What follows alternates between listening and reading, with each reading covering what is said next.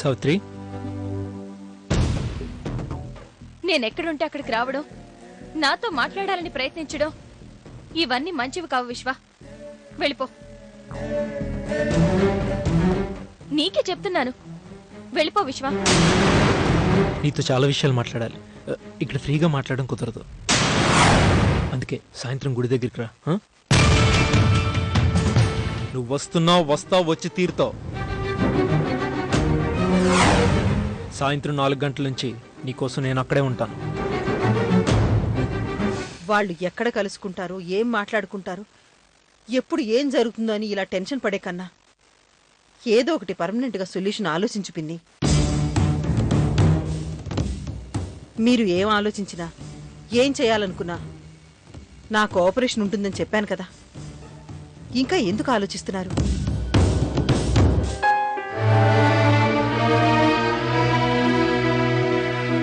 విశ్వా,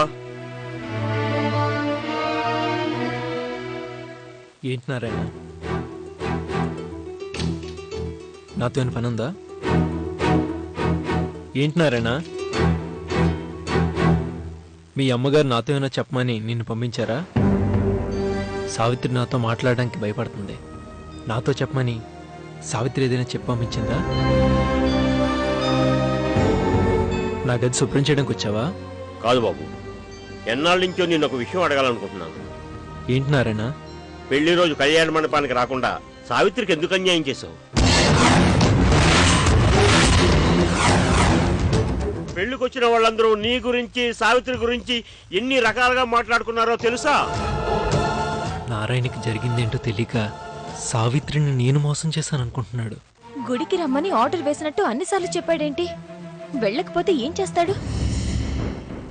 ఎట్టి పరిస్థితుల్లోనూ వెళ్ళకూడదు. ఎప్పుడు చెప్పేదే అక్కడే చెప్తాడు.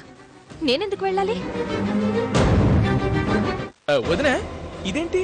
ఇంట్లో సావిత్రి లేదు, విశ్వ లేడు, అత్తయ్య లేదు, ఎక్కడికి వెళ్ళినట్టు? మనందరూ ఉంటే ఫ్రీగా మాట్లాడుకోవడం కుదరట్లేదని చెప్పి విశ్వ సావిత్రిని గుడికి రమ్మన్నాడు. అవునా? వాడు పిలిస్తే సావిత్రి వెళ్ళిపోయిందే? అంత ఆశ్చర్యపడిపోతామేమిటి రవి? వాడు పోలీస్ స్టేషన్లో ఉన్నప్పుడు వాడిని చూడ్డానికి సావిత్రి వెళ్ళొచ్చింది. సావిత్రికి ఒంట్లో బాగోలేనప్పుడు వాడు నేరుగా దాని గదికి వెళ్లి దానికి సేవలు చేశాడు. వాళ్ళిద్దరి మధ్య అంత కెమిస్ట్రీ నడుస్తున్నప్పుడు వాడు గుడికి రమ్మంటే అది వెళ్లకుండా ఎలా ఉంటుంది? మరి వాళ్ళిద్దరూ గుళ్ళో మీటింగ్ అరేంజ్ చేసుకున్నట్టు అత్తయ్యకి తెలుసా? వాళ్ళిద్దరిని నేరుగా ఫాలో చేస్తుంది కాబట్టి వాళ్ళ ప్రోగ్రామ్ మీ అత్తయ్యకి తెలుసు. వాడిని ఫినిష్ చేసే పని మీ పెద్దని వచ్చేలోగా చేయాల్సి రావచ్చు. అది ఇవాళ కావచ్చు, రేపు కావచ్చు, ఎల్లుండి కావచ్చు. నువ్వు రెడీగా ఉండు. ఈ విషయం వెంటనే విసుగు చెప్పాలి.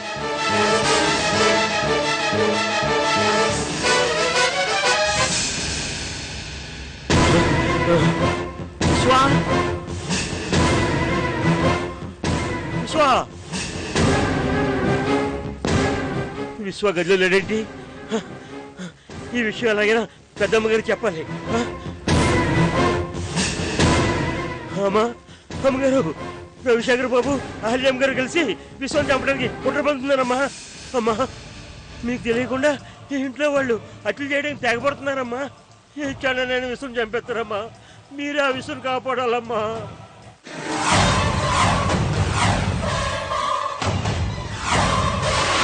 మేమక్కడ మాట్లాడుకున్నది నువ్వు విన్నావని నాకు తెలుసురా.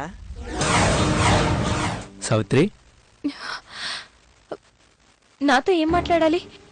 మనిద్దరం ఇలా మాట్లాడుకోవడం బాగుండదు. విన్నవాళ్ళు చూసిన వాళ్ళు ఏమనుకుంటారో అని భయం నాకెప్పుడో పోయింది. నేను మోసగించబడ్డానే తప్ప నేనెవరిని మోసం చేయలేదు. అందుకే నేనెవ్వరికీ భయపడ్డా.